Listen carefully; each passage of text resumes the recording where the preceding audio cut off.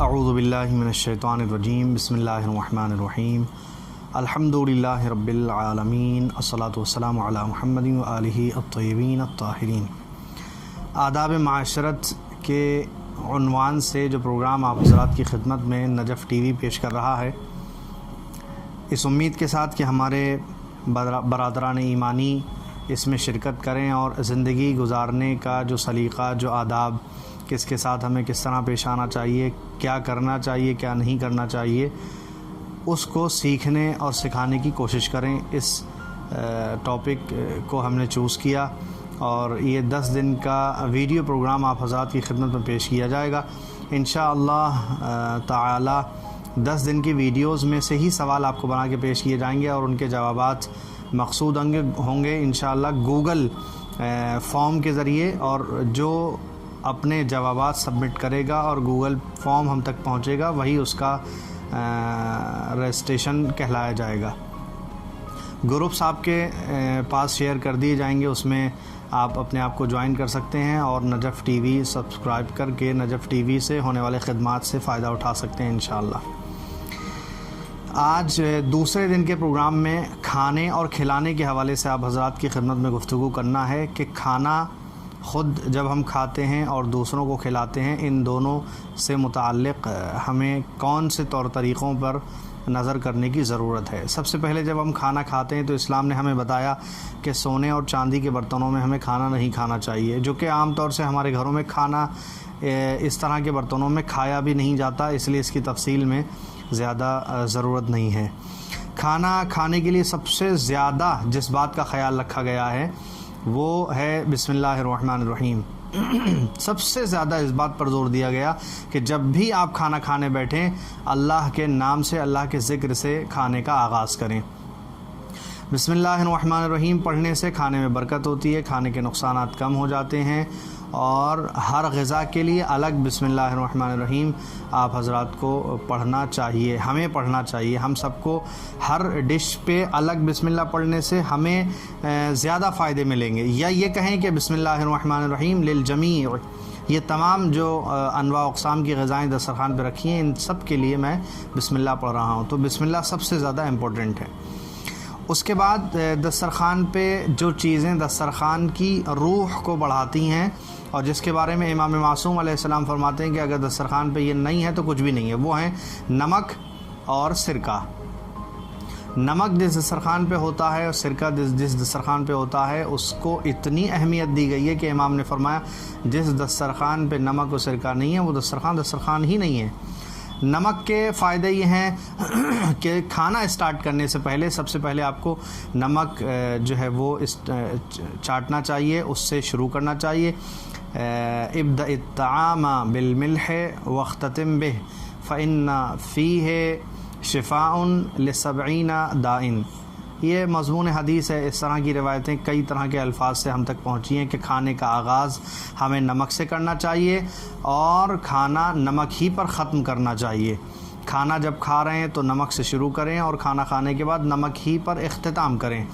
ایسا کرنے سے کہیں 70 اور کہیں روایت میں 72 بیماریوں کا علاج ملتا ہے کہ ایسا کرنا ہمارے لیے بہت ہی فائدہ مند ہے۔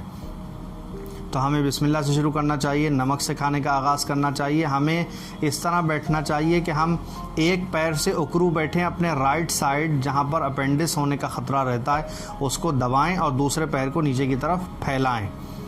اس انداز میں کھانا کھائیں تو ہمیں جو شکایت پیش آتی ہے کہ ایک ایکسٹرا جو آنت میں ہمارے کھانا چلا جاتا ہے اور وہ پھول جاتی ہے، جس کو اپینڈس کہتے ہیں، اس کا پین ہوتا ہے، آپریشن ہوتا ہے، وہ ساری پریشانیوں سے ہم بچ سکتے ہیں۔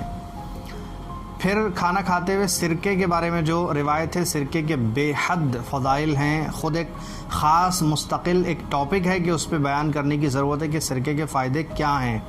سرکے سے مراد وہی سرکہ جو عام طور سے آپ استعمال کرتے ہیں، گنے کا سرکہ ہے، جامن کا سرکہ ہے، سیب کا سرکہ ہے۔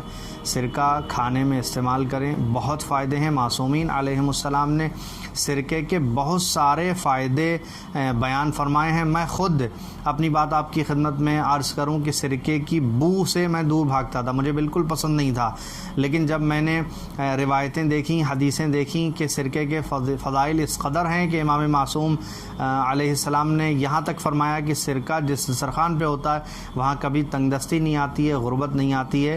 تو بس وہ مولا کے فرامین سننے، پڑھنے اور دیکھنے کے بعد اس درجہ محبت ہوئی کہ یہ ایک زمانے سے سرکے کا استعمال ہے، اور میں مسلسل اور ہمیشہ سرکے کا استعمال کرتا ہوں۔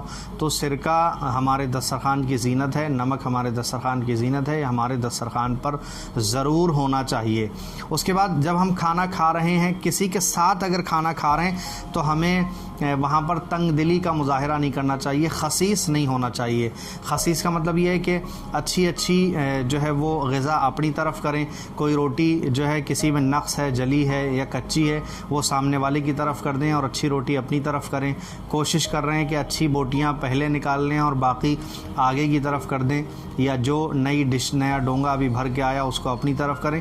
یہ ساری بہت ہی خسیس عادتیں ہیں جو انسان کو جو ہے وہ بے عزت کرواتی ہیں۔ اس سے ہمیں بچنا چاہیے، اور اس میں برکت نہیں ہے، اس سے ہماری عزت نہیں ہے۔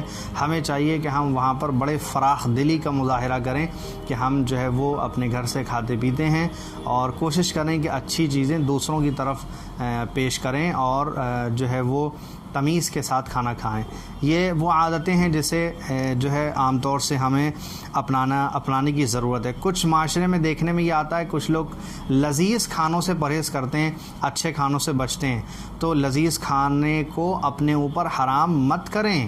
اللہ نے جو کھانے حلال بنائے ہیں، جو کھانے لذیذ بنائے ہیں، ان کو استعمال کریں، انہیں کھائیں، غذا کی لذت سے بہرمند ہوں، تاکہ بارگاہ خداوندی میں شکر ادا کریں۔ اور کھانا جو ہے وہ ہیلدی ڈشز کھائیے تاکہ قوت آئے اور عبادت میں آپ کو جو ہے وہ مزہ آئے۔ پھر ایک پوائنٹ جو سب سے زیادہ کھانا کھانے کے آداب میں ہمیں ملتا ہے وہ یہ کہ کبھی بھی بھرے پیٹ پہ کھانا نہ کھائیں، اور کھانا اتنا نہ کھائیں کہ پیٹ آپ کا بالکل فل ہو جائے۔ اتنا ہیوی ڈوز نہیں لینا چاہیے۔ کھانا جو ہے اتنا کھانا چاہیے کہ اگر آپ کو لگے کہ پیٹ آپ کا بھرنے لگا ہے، بس چھوڑ دیجئے کھانا، پورا پیٹ مت بھریے۔ تھوڑی دیر کے بعد وہ آپ کو نارمل لگے گا۔ کھاتے کھاتے ہی پورا پیٹ بھر لیں گے تو بہت ہیوی ہو جائے گا، جو آپ کو عبادت سے روکے گا، آپ کو پڑھنے سے روکے گا، آپ کی تعلیم سے روکے گا۔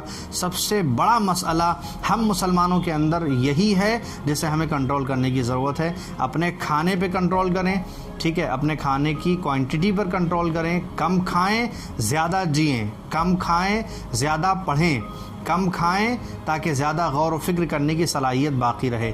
زیادہ کھا لیں گے دماغ سو جائے گا، فکر کرنے کی صلاحیت نہیں ہوگی، آگے نہیں پڑھ سکیں گے، آگے پڑھائی نہیں کر سکیں گے، اور زیادہ اللہ کی بارگاہ میں عبادت نہیں کر پائیں گے، جو اصل ہدف ہے انسان کے پیدا کرنے سے پروردگار عالم کا، کہ اس نے ہمیں عبادت کے لیے پیدا کیا۔ اب بات آتی ہے کھلانے کی۔ تو پروردگار عالم یہ مضامین ہیں حدیث کے جو آپ کی خدمت میں پیش کر رہا ہوں۔ ان اللہ یحب الطعام و افشاء السلام۔ پروردگار عالم کو دو چیزیں بہت پسند ہیں۔ امام نے فرمایا کہ ایک تو یہ کہ دوسروں کو کھانا کھلانا، اور جو ہے وہ سلام، زیادہ سے زیادہ سلام کرنا، اور سلام میں پہل کرنا، اپنی طرف سے سلام کرنا۔ یہ سلام کرنا اور دوسروں کو کھانا کھلانا بہت پسند ہے۔ اہل بیت اطہار علیہم السلام کے گھرانے کا بہترین سبق یہی ہے کہ آپ جو ہے وہ بڑھ چڑھ کر کھانا کھلایا کرتے تھے۔ دسترخوان امام حسن المجتبی علیہ السلام مشہور ہے، ہم اس پہ نظر کرتے ہیں۔ تو مولا کا دسترخوان بڑا وسیع تھا، اور آج بھی الحمدللہ وسیع ہے۔ تو ہمیں دوسروں کو کھانا کھلانا چاہیے۔ اس کے بڑے فضائل ہیں، بڑی فضیلتیں ہیں۔ جناب علی اکبر علیہ السلام کے بارے میں ملتا ہے کہ آپ جو ہے دوسروں کو بہت کھلایا کرتے تھے، اور اس زمانے میں طریقہ یہ تھا کہ جو چاہتا تھا کہ اپنے گھر میں کھلائے، وہ اپنے گھر میں آگ روشن کر دیا کرتا تھا۔ تو جب آگ روشن ہوتی تھی تو اس سے پتہ چلتا تھا کہ یہ مہمان چاہتے ہیں، تو لوگ اس کے یہاں پہنچ جایا کرتے تھے اور کھانا وہاں مل جایا کرتا تھا۔ بہرحال کھانا دوسروں کو کھلانے کے بڑے ثواب ہیں۔ پروردگار عالم کو یہ بہت پسند ہے، اس لیے کہ قوت الجسم فی الطعام وقوت الروح فی الاطعام۔ جسم کی طاقت خود کھانے میں ہے، روح کی طاقت دوسروں کو کھلانے میں ہے۔ تو آپ چاہتے ہیں کہ آپ کی روح مضبوط ہو تو آپ دوسروں کو کھلائیے، اور کوشش کریے کہ زیادہ سے زیادہ اس میں حصہ لیجئے۔ کھانے کے متعلق جو آداب آپ کی خدمت میں پیش کیے، ہم سب کو پروردگار توفیق دے کہ ہم اسے فالو کر سکیں۔ کھلانے کے حوالے سے یہ ہے کہ پروردگار عالم اگر چاہتے ہیں آگے بڑھیں، دوسروں کو کھلائیں، چاہتے ہیں دوسروں کے دلوں میں آپ کی جگہ بنے، دوسروں کو کھلائیں۔ اگر آپ چاہتے ہیں کہ آپ کے امور آسان ہوں، آپ کا کام جو ہے وہ پورا ہو، تو دوسروں کو کھلائیے تاکہ جو ہے وہ آپ کے امور آسان ہوتے رہیں۔ دوسروں کو کھلانے کے بہت ہی زیادہ فائدے ہیں۔ نجف ٹی وی سے جڑیے اور مذہبی پروگرام میں حصہ لیجئے، شامل ہوئیے تاکہ اس طرح کے پروگرامز آپ حضرات کی خدمت میں پہنچتے رہیں۔ نجف ٹی وی کو سبسکرائب کریں، اور یہ پیغام جو اہل بیت اطہار علیہم السلام کے پیغام ہے، ہماری اسلامی تعلیمات ہیں، اس کو دوسروں تک پہنچانے کی کوشش کریں۔ والسلام علیکم ورحمۃ اللہ وبرکاتہ۔